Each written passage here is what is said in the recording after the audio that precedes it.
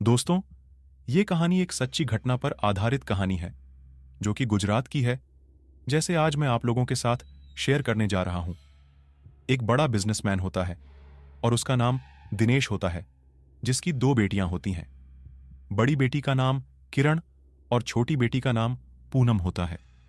दिनेश काफी समय से बहुत परेशान चल रहा था, क्योंकि उसकी बड़ी बेटी किरण काफी बीमार चल रही थी। सभी डॉक्टरों को दिखाने के बाद भी उसकी बीमारी का पता नहीं चल पाता। डॉक्टर जो भी ब्लड टेस्ट की रिपोर्ट निकालते और उसका अल्ट्रासाउंड करते, सब कुछ एकदम नॉर्मल आता, लेकिन समझ में नहीं आ रहा था किरण को क्या बीमारी थी। किरण की हरकतें भी कुछ अजीबोगरीब थीं।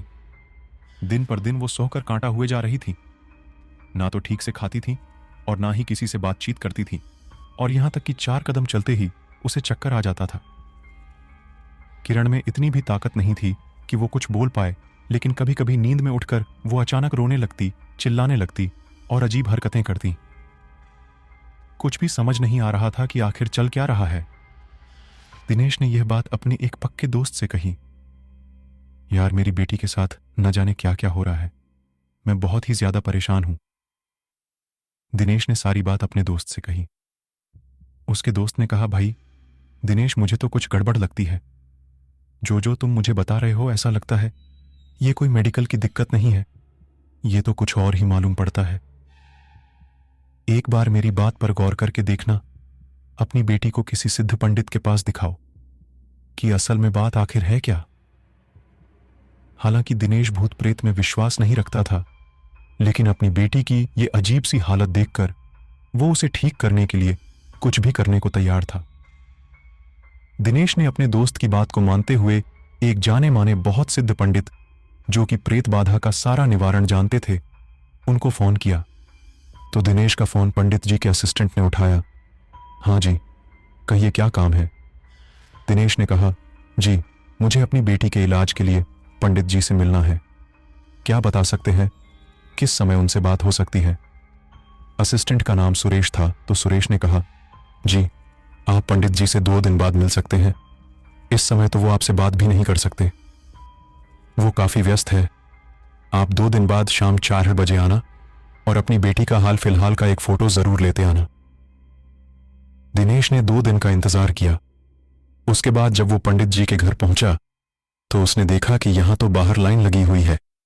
यानी कि पंडित जी कोई छोटी मोटी चीज नहीं है, ये बहुत जाने माने और सिद्ध पंडित थे। फिर जब दिनेश का नंबर आया पंडित जी से मिलने का, तो उसने पंडित जी को सारी बात बताते हुए कहा, पंडित जी, सभी डॉक्टरों ने जवाब दे दिया है कि आपकी बेटी को किसी तरह की कोई बीमारी नहीं है, लेकिन मैं बहुत परेशान हूं। पता नहीं मेरी बेटी क्यों दिन पर दिन कमजोर होती जा रही है और बड़ी ही अजीब हरकतें करती है। पंडित जी ने दिनेश से कहा, क्या तुम मुझे अपनी बेटी की हाल फिलहाल की कोई तस्वीर या फोटो दिखा सकते हो। दिनेश ने अपनी बेटी की बीमारी हालत की फोटो अपने मोबाइल में निकाली थी। उसे उसने पंडित जी को दिखाया। पंडित जी उस फोटो को देखकर काफी देर तक सोच में पड़ गए और अपने असिस्टेंट सुरेश से इशारों इशारों में बात करने लगे। ये सब देखकर दिनेश ने कहा, क्या हुआ पंडित जी, कुछ गलत बात आपको नजर आई। क्या आप मेरी बेटी का फोटो देखकर एकदम से परेशान क्यों हो गए। तो पंडित जी ने कहा कि फिलहाल आप अपने घर जाइए, आप अपने घर का पता और फोन नंबर सुरेश के पास लिखवा दीजिएगा। ठीक 3 दिन बाद हम आपके घर आएंगे और वहीं बैठकर बात करते हैं कि आखिर आपकी बेटी के साथ क्या हो रहा है। दिन बाद पंडित जी दिनेश के घर आते हैं।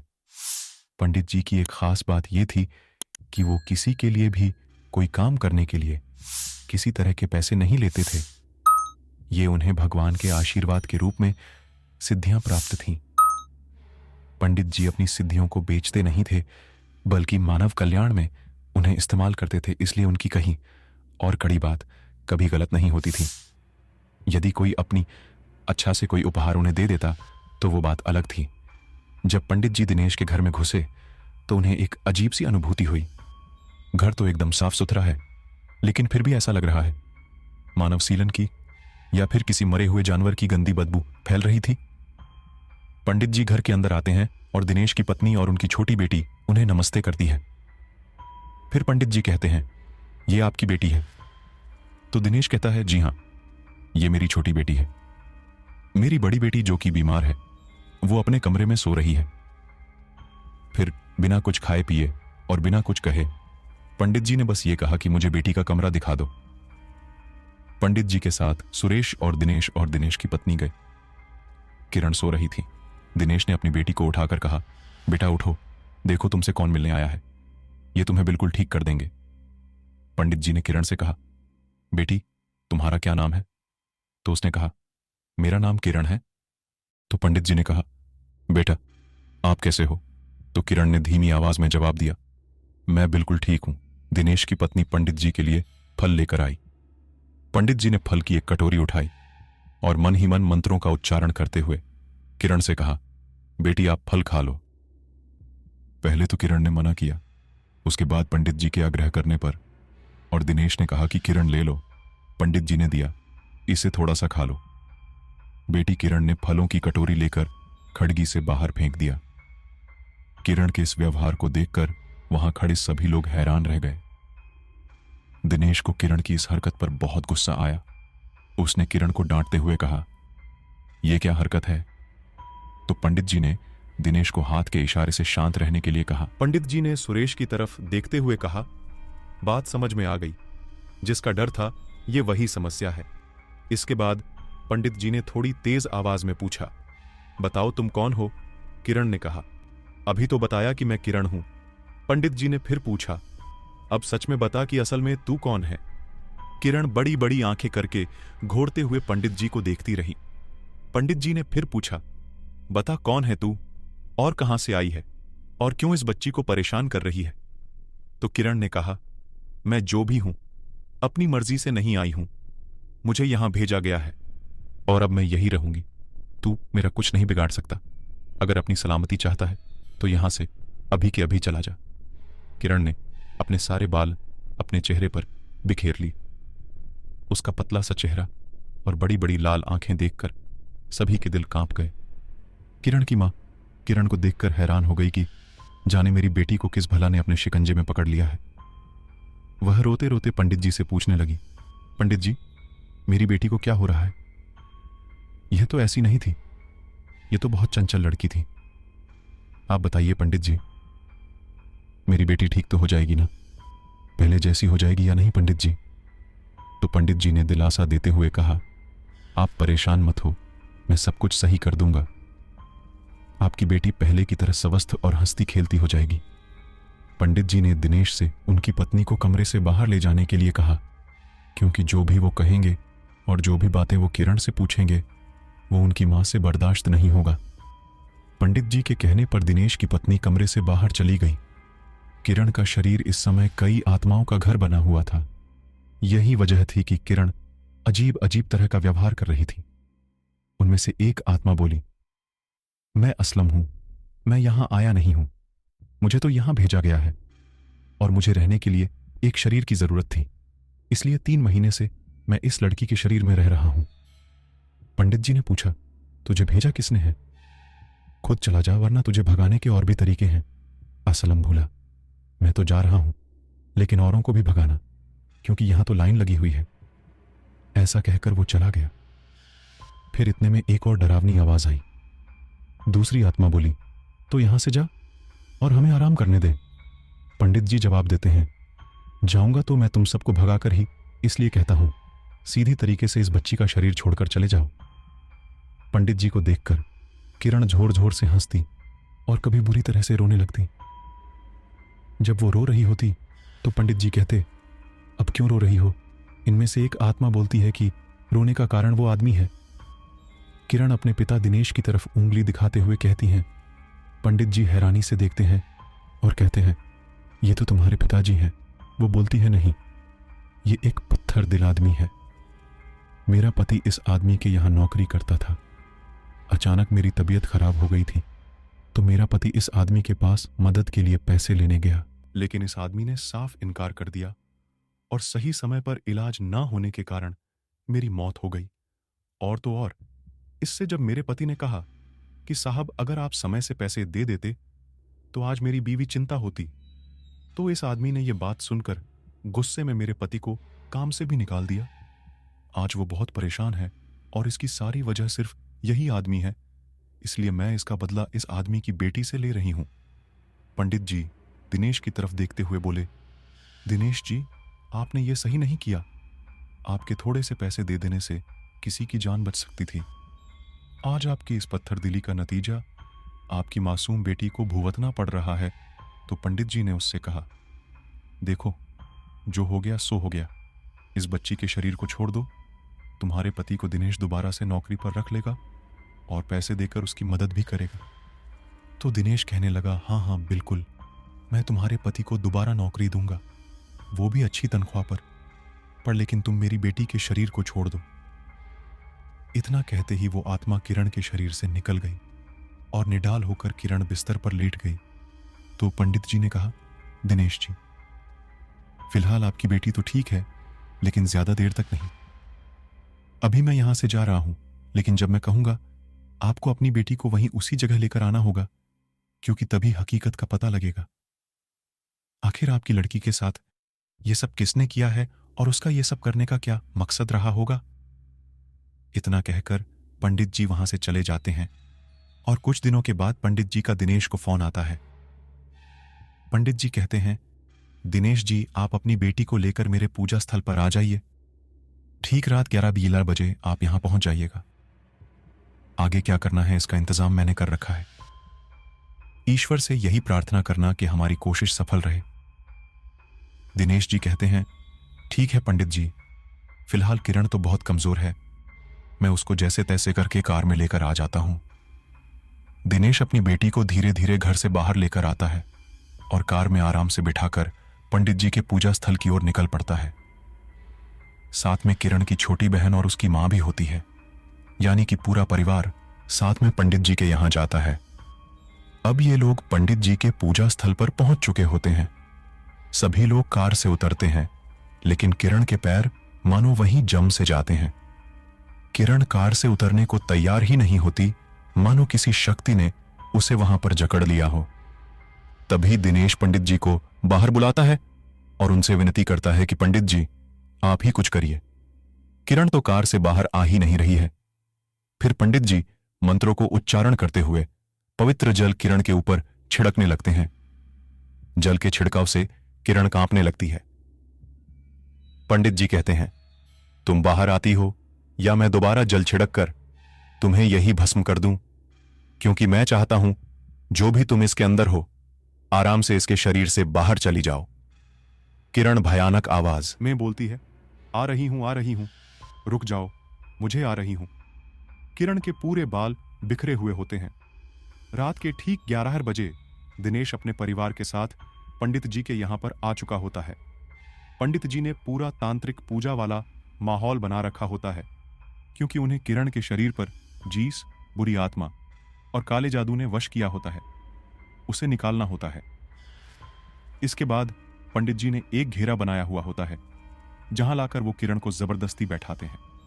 किरण के परिवार वालों को वहां से दूर किया जाता है। पंडित जी को यह पता होता है कि इस घेरे में बैठकर वो एकदम सही सही जवाब देगी और कुछ भी झूठ नहीं बोलेंगे और उसकी ताकत भी यही तक सीमित रहेंगी। पंडित जी अग्निकुंड प्रज्वलित करते हैं और मंत्र को पढ़कर उसमें सामग्री और भस्म डालना शुरू कर देते हैं। इसके असर से किरण जोर जोर से हंसने लगती है और कभी रोने लगती है और कभी पूरी तरह चिल्लाकर अपने बालों को नोचने लगती है। पंडित जी मंत्र पढ़कर पूछते हैं, बता तू कौन है जो इस बच्ची के शरीर में रहकर इसे परेशान कर रही है। बुरी शक्ति, अब तुझे अपना राज खोलना ही पड़ेगा। इतना कहते ही किरण के अंदर जो शक्ति मौजूद होती है वह जोर जोर से हंसकर कहती है, अरे पंडित, तू जितना भी कर्मकांड कर ले, जितना भी पूजा पाठ कर ले, मैं इस लड़की के शरीर को छोड़कर नहीं जाऊंगी। मैं यहां आई नहीं थी, मुझे इसके शरीर में बुलाया गया था, और अब अगर मुझे कोई भी इसके शरीर को छोड़कर जाने के लिए कहेगा तो मैं उसे भी मार डालूंगी, क्योंकि अब मुझे एक बसेरा मिल गया है। मैं नहीं जाने वाली, जो होता है कर ले तू। फिर पंडित जी बोलते हैं, ठीक है, ये बता के तुझे इस लड़की के शरीर में आने के लिए किसने कहा था? आखिर कौन है वो जो इस बच्ची का बुरा चाहता है? ये तो तुझे बताना ही पड़ेगा। इतना कहकर पंडित जी फिर दोबारा मंत्र पढ़ते हैं और उस किरण के ऊपर भस्म को फेंक कर मारते हैं। भस्म के शरीर पर डलते ही किरण तड़पने लगती है और बोलती है, इसके शरीर में मुझे उसने भेजा है जो इस दुनिया में इसे बहुत प्यार करता है। सभी हैरान रह गए कि आखिर कौन है किरण से प्यार करता है और उसके साथ इतना गलत किया है। पंडित जी ने पूछा, घुमा घुमा कर बात मत कर, सीधे सीधे सवाल का एकदम सीधा सा जवाब दे। किरण के अंदर की आत्मा बोलती है, विशाल। विशाल नाम है उस लड़के का जो इसे दिलो जान से प्यार करता है, जो इस पर मर मिटने को हमेशा तैयार रहता था। इसके ही कॉलेज में पढ़ने वाला एक लड़का है। किरण की मां, बहन और पिताजी वहीं पास खड़े हुए सब कुछ हैरानी से देख और सुन रहे थे। और विशाल का नाम सुनते ही किरण की बहन डरते हुए कहती है, विशाल, विशाल तो दीदी की क्लास में पढ़ने वाला ही एक लड़का है, वह दीदी का बहुत अच्छा दोस्त है। किरण की बहन बीए फर्स्ट ईयर में थी और किरण का फाइनल ईयर था। फिर वो कहने लगी कि जब भी मुझको विशाल कहीं भी मिलता तो बस वो एक ही सवाल पूछता था कि अब किरण की तबीयत कैसी है। असल में हुआ क्या था कि विशाल किरण को दिलो जान से प्यार करता था। विशाल को किरण के सिवा कुछ और नहीं दिखता था। वो उसे दीवानगी की हद तक प्यार करता था। किरण को इस बात का पता था क्योंकि विशाल का उसके प्रति व्यवहार और हद से ज्यादा किरण का ख्याल रखना यह सब साफ करता था कि विशाल उसे कितना प्यार करता है। लेकिन यह बात विशाल ने अभी तक किरण से नहीं कही थी क्योंकि वो उसे चाहता है। विशाल के ख्याल कुछ और ही थे। विशाल सोचता था कि पहले मैं खुद को काबिल कर लूं, अच्छी नौकरी ढूंढकर एक मुकाम हासिल कर लूं, उसके बाद मैं किरण को और किरण के परिवार वालों को अपने दिल की बात बताऊंगा और शादी का प्रस्ताव भी रखूंगा। किरण थोड़ी मजाकिया किस्म की लड़की थी। वो विशाल की भावनाओं का मजाक बनाया करती थी। हालांकि वो भी विशाल को पसंद करती थी, लेकिन उसने भी ये बात विशाल को नहीं बताई थी। वो विशाल को अपने आगे पीछे ना चाहती थी। विशाल से वो सभी काम करवाती जो उसे शोभा भी नहीं देते थे। फिर सभी लोग विशाल का मजाक उड़ाते थे। किरण की इन हरकतों की वजह से विशाल कॉलेज में बदनाम भी हो गया था। एक बार विशाल को बहुत गुस्सा आया। किरण की मजाक करने की सीमा पार हो चुकी थी। हालांकि दोनों एक दूसरे को प्यार करते थे, लेकिन किरण उस बात का फायदा उठाती थी। इन सब हरकतों को रोकने के लिए और किरण को हमेशा के लिए अपना बनाने के लिए विशाल ने एक रास्ता ढूंढा। उसके अपने एक रिश्तेदार में कोई किसी तांत्रिक को जानता था जो कि मासूम लोगों पर आत्मा छोड़ना जानता था। विशाल जाकर उनसे मिला। विशाल ने तांत्रिक बाबा से कहा, तांत्रिक बाबा, मैं एक लड़की से बहुत प्यार करता हूं, लेकिन मेरे मन में एक डर हमेशा रहता है कि जब तक मैं कामयाब होकर वापस आऊंगा तब तक कहीं किरण किसी और की ना हो जाए। कहने का मतलब कि वो किसी और से शादी ना कर ले।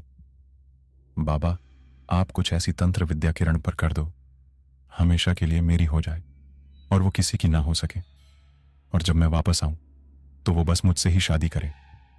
तो उस तांत्रिक बाबा ने कहा, तुम एक काम करो, तुम किरण के थोड़े से बाल और उसके कपड़े का छोटा सा टुकड़ा काट कर ले आओ। बाकी आगे क्या करना है वो मेरा काम है। विशाल ने बिल्कुल ऐसा ही किया। किरण के काफी लंबे बाल थे। विशाल ने थोड़े से बाल उसे बिना पता लगे चुपचाप काट दिए और उन्हीं के रुमाल में रख लिए। उसके दुपट्टे का छोटा सा कोना काटकर वो भी रख लिया और जाकर तांत्रिक बाबा को दोनों चीजें दे दी। फिर बाबा ने तंत्र मंत्र विद्या से उसके बाल और उसके कपड़े का इस्तेमाल करके उस पर जादू टोना फूंक कर किरण को अभिमंत्रित कर दिया। धीरे धीरे किरण को बुखार आने लगा। उसकी तबीयत खराब होने लगी। पहले तो उसने सोचा कि छोटा मोटा इन्फेक्शन हो गया होगा, तो मेडिकल स्टोर से उसने दवाई ले ली, लेकिन किसी भी दवा का कोई फर्क नहीं पड़ा। जब वो बहुत ही ज्यादा बीमार हो गई तो बड़े डॉक्टर से भी ट्रीटमेंट कराया गया, लेकिन कुछ हाथ नहीं लगा। डॉक्टर का यही कहना था कि सब कुछ नॉर्मल है, क्योंकि ये बात शरीर में परेशानी की नहीं थी, काले जादू और तंत्र विद्या की थी, जो विशाल के कहने पर तांत्रिक बाबा ने किरण पर किया था। किरण के माता पिता को बहुत बुरा लगा, क्योंकि हमारी बेटी से हमें ऐसी उम्मीद नहीं। अगर वो किसी को पसंद भी करती थी तो उसे कम से कम हमें बता तो देना चाहिए था। हम उसकी भावना को समझते हैं क्योंकि हम उसके माँ बाप हैं। हमारी बच्ची ने हम पर विश्वास नहीं किया और उसने हमसे ये बात छुपाई और आज इतनी बड़ी मुसीबत में फंस गई। ऐसा कहकर उसकी माँ जोर जोर से रोने लगी। असल में तांत्रिक बाबा ने किरण के ऊपर आत्माएं छोड़ दी थी और वो भी एक नहीं बल्कि बहुत सारी, जिसकी वजह से वो अजीब अजीब हरकतें कर रही थी। फिर क्या था विशाल, जो कि अपने कंपटीशन एग्जाम की तैयारी कर रहा था, उसे फोन करके बुलाया और कहा कि अभी के अभी आप यहाँ आ जाओ वरना मेरी बहन जिंदा नहीं बचेगी। किरण की बहन ने उस जगह का पता विशाल को दिया। विशाल बहुत ज्यादा घबरा गया। वो किरण की बहन के दिए हुए पते पर जल्दी से जल्दी अपनी बाइक से आया। जब उसने किरण की ये गाड़ी देखी तो उसके पैर जमीन में फिसल गए। विशाल बोला, अरे किरण, मेरी किरण को ये क्या हो गया है? मैं तो तुम्हें सिर्फ अपना बनाना चाहता था किरण, लेकिन तुम्हारी हालत देखकर मुझे खुद को मारने का मन कर रहा है।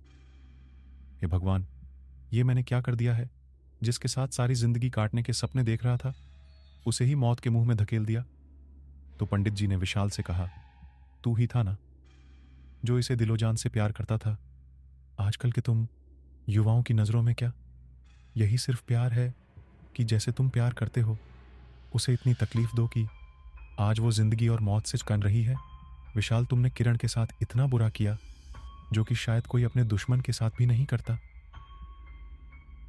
विशाल घुटनों के बल बैठकर फूट फूट कर रोने लगा और खुद को गुनहगार कहकर अपने आप को ही मारने लगा और किरण से माफी मांगने लगा। किरण के अंदर जो भी आत्मा थी वो बोली, विशाल, मैं आ तो गई हूं, लेकिन अब मैं इसका शरीर छोड़कर कहीं भी नहीं जाऊंगी, बल्कि इसकी आत्मा को अपने साथ लेकर जाऊंगी। तुम और तुम सबके सब सुन लो, मैं किरण को अपने साथ लेकर जाऊंगी। इतना कहना था कि विशाल भड़क पड़ा। मेरे प्यार में इतनी ताकत है कि तू क्या तेरे जैसी 10 भी आ जाए तो उनसे भी मैं अन जाऊंगा। मैं अपनी किरण को पहले जैसे ही करके रहूंगा, ये मेरा वचन है।